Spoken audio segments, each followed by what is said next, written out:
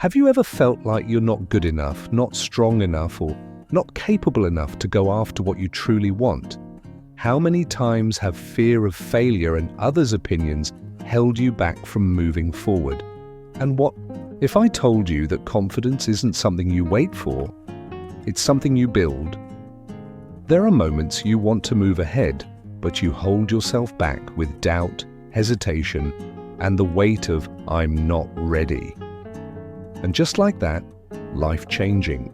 Opportunities slip through your hands, but Stoicism doesn't teach you to control the world. It teaches you to control yourself. This ancient philosophy guided warriors, emperors, and great thinkers through the hardest times, helping them turn obstacles into opportunities and take full command of their destiny.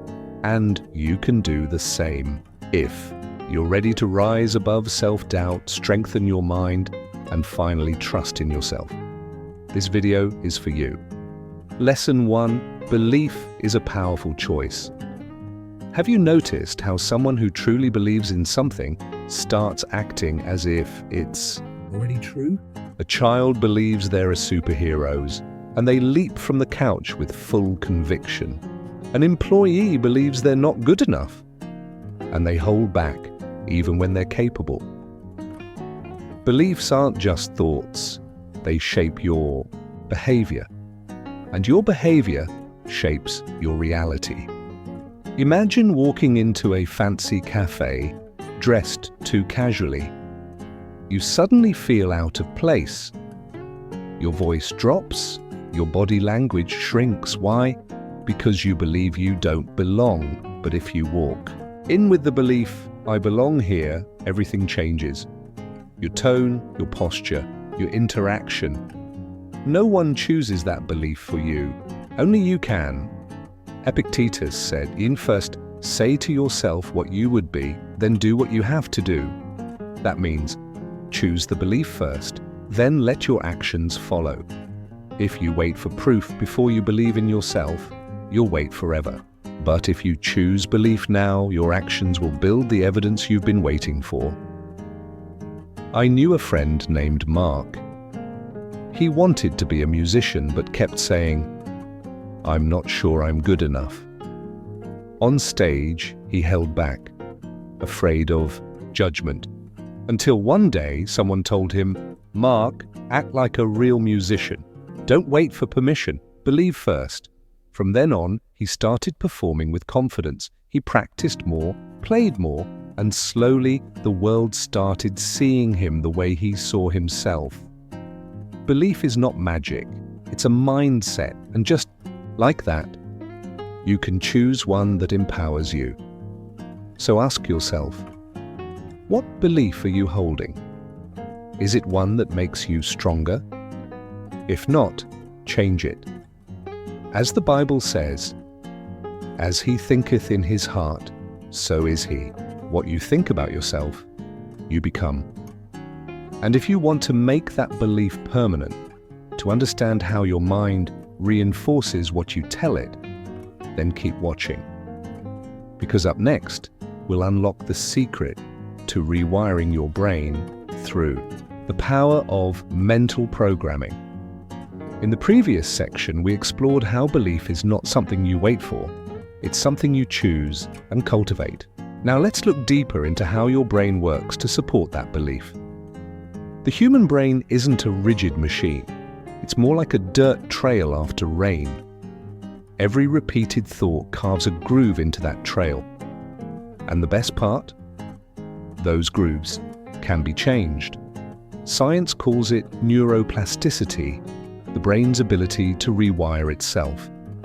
So if you've grown used to thinking you're not good enough, not capable, not worthy, it's not a fixed truth. It's simply a mental path you've walked too often, and the great news is you can carve a new path starting today. Remember the first time you learned how to drive? You were overwhelmed. The gas, the brakes, mirrors, other cars. Maybe you panicked. But after a while, it all became second nature. Why? Because your brain formed new neural connections. What was once hard became automatic. And that means your mindset isn't set in stone either. If you don't believe in yourself today, if life feels like a dead end, that's not your fate, it's just a chapter. And you hold the pen for the next one. So how do you begin? Start by changing what you feed your mind. If you constantly scroll through social media, drown in negativity, and surround yourself with complaints, you're programming your brain for defeat. But if you read just one powerful page before bed, listen to uplifting stories, or learn something new, you start carving a new mental path. Try this. For 1 week, read a single page of a valuable book before sleep. Just one. You'll be surprised at how your thinking begins to shift. But mindset doesn't grow in isolation. You need the right environment. Have you noticed how being around positive people makes life feel lighter? Meanwhile, negativity weighs everything down. That's because emotions and beliefs are contagious. If you want to change your thinking, spend time with people who challenge you to grow. Take David, for example. He was stuck in a job he hated, convinced he couldn't do anything else. Until one day, he met an old friend who had taken a leap and pursued his passion. That friend didn't lecture him, he just shared his story, but that story planted a seed. David started asking, could I do that too? That one question changed his path. If you feel stuck today, maybe it's not because you have no way out, but because you haven't asked yourself if another path exists. Even the Bible says, do not conform to the pattern of this world, but be transformed by the renewing of your mind. Don't walk the same mental trails, reshape them. Rewiring your mind isn't instant, it's like building muscle. One gym session won't give you abs. You need consistency. But if you stay with it, you'll notice. The old version of you no longer defines you. The doubts lose their grip. You'll begin to see yourself clearer, stronger. And if you've made it this far, something inside you is already shifting. You might be wondering, can I really change the way I think? If you're asking, you've already started. We all face doubt.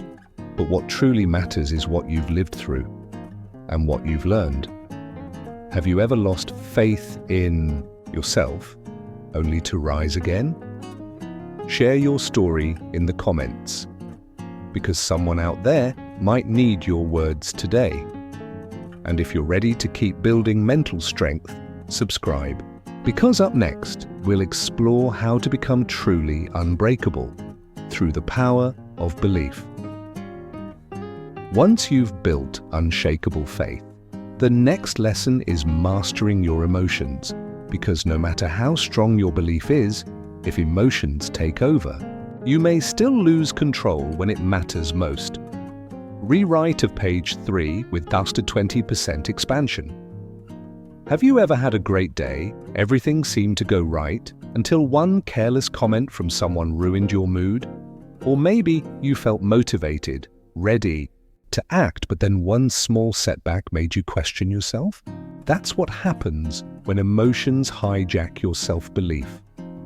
Emotions are like the weather, constantly changing, sunny in the morning, stormy by afternoon. If you let your emotions define your confidence, it's like betting your life on something. You can't predict.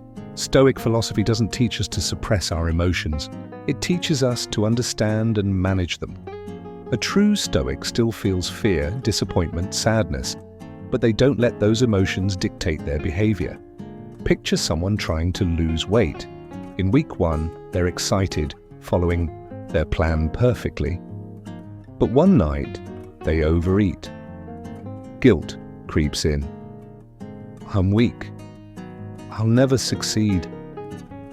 If they believe those feelings, they'll quit. But a Stoic would say, I slipped once. That doesn't make me a failure. I can get back on track tomorrow. Psychology calls this the negativity bias. Our brain clings to criticism longer than praise. One harsh comment can stay for weeks, while a compliment fades in minutes. That's why you must consciously reframe your perspective. So, how do you stop emotions from distorting your beliefs? First, recognize them. Ask, is this a fact or just a fleeting emotion? If someone criticizes your work, does that mean you're incompetent? Or is it just feedback you can grow from? Second, practice objectivity through journaling. Marcus Aurelius wrote daily to recalibrate his thoughts. If your day went poorly, write, I felt disappointed today, but does that prove I'm incapable or just that I need to try differently tomorrow? Third, put your trust in action, not emotions. Confidence doesn't come from chanting, I'm amazing. It comes from doing the work. A person becomes strong not by thinking they're strong, but by lifting the weight every day. I once met David, a new salesperson. He didn't think he was good enough, but instead of giving up, he made a few more calls each day, despite the fear. A month later, he closed his first deal. 3 months in, he was a top performer. Not because the fear disappeared, but because he moved forward anyway. And if you want to develop that same habit of showing up every day, even when emotions try to hold you back, the next lesson is for you. It's about building disciplined routines that support your growth, no matter how you feel. Once you realize that emotions don't define you, but your response to them does, you begin to see something deeper. Resilience isn't enough. You also need to understand how your brain truly works. David started out as a sales representative, filled with enthusiasm. But after just a few weeks, daily rejections became his reality. Every time he called a potential client, he was met with a no. Disappointment crept in, and soon he began to wonder, am I even cut out for this job? But instead of letting negative emotions dictate his future, David took a different path. He didn't view those rejections as failures. Instead, he logged them as valuable data. He observed his more experienced colleagues, refined his pitch, and polished his delivery. A month later, he started closing his first deals. What had changed? Not his environment, just the way he handled his emotions. Now ask yourself, how many times have you quit something because of a fleeting emotion? How often have you doubted yourself after a minor setback? If you've made it this far, congratulations. That means you're investing time in training your mindset rather than being tossed around by emotion.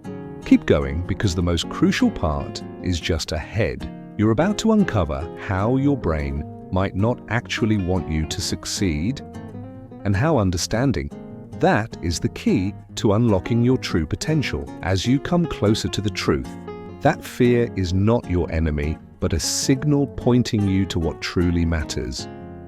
The next powerful lesson becomes clear.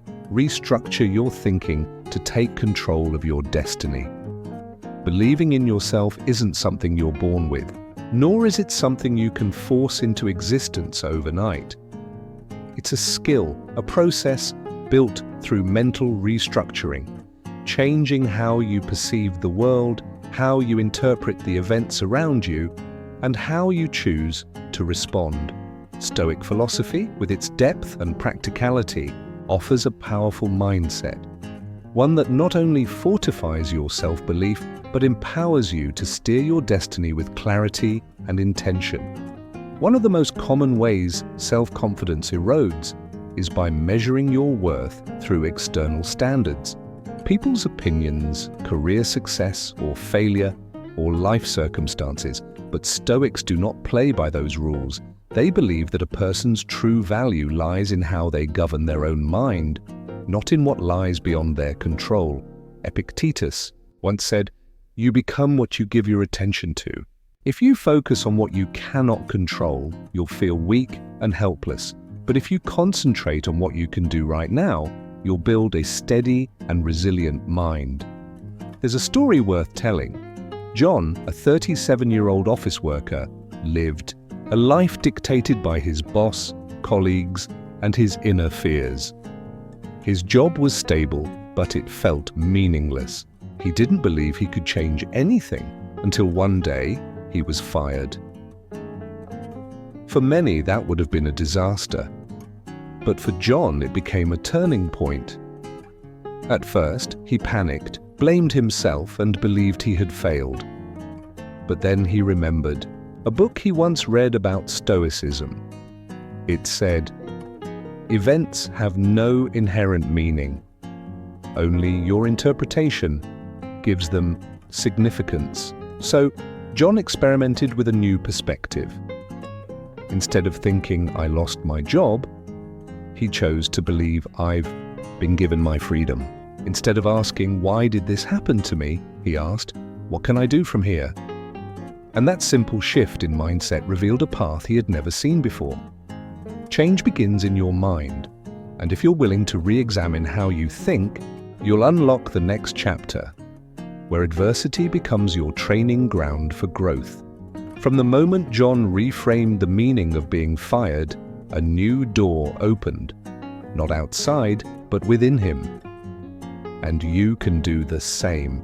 Because behavioral science confirms this truth, how we interpret an event matters more than the event itself.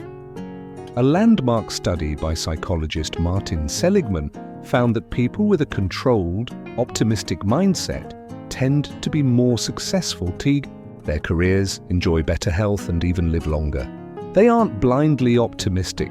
They simply know how to restructure their thinking in ways that serve them. This aligns perfectly with what Stoicism taught thousands of years ago. You cannot control the outside world, but you can control how you perceive it. One powerful method to cultivate lasting self-confidence is the pre-mortem technique.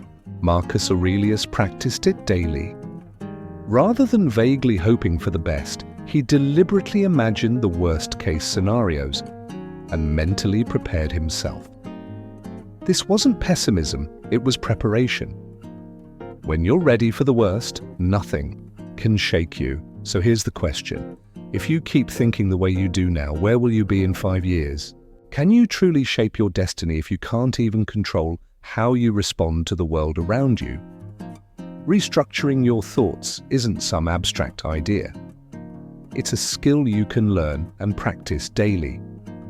Start by observing your thoughts, challenging them, and choosing interpretations that support your growth. Remember, self-belief doesn't come from external validation. It comes from learning to validate yourself. And once you do that, you don't just take control of your destiny, you become its architect. We've just explored 7 principles to help you train your mind, regulate your emotions, and build unshakable confidence through the lens of Stoicism. From identifying and transforming negative thoughts, embracing adversity as part of life, to focusing only on what you can control. Each principle sharpens your mental resilience, but knowledge means nothing unless it's applied. Confidence doesn't wait for the moment you feel ready. It's born from action. Even when you're unsure, even when you're afraid, life won't always go your way, but you can learn to face it with mental strength. You don't have to be perfect. You just have to refuse to give up. If this video helped you in any way, don't forget to click like. Someone else might need this message today. Share your thoughts in the comments. Your story could open someone else's eyes. And if you know someone who needs encouragement to believe in themselves, send them this video. Most importantly, subscribe to the channel, because powerful content is coming, designed to help you develop a resilient mindset, take control of your life, and become the strongest version of yourself.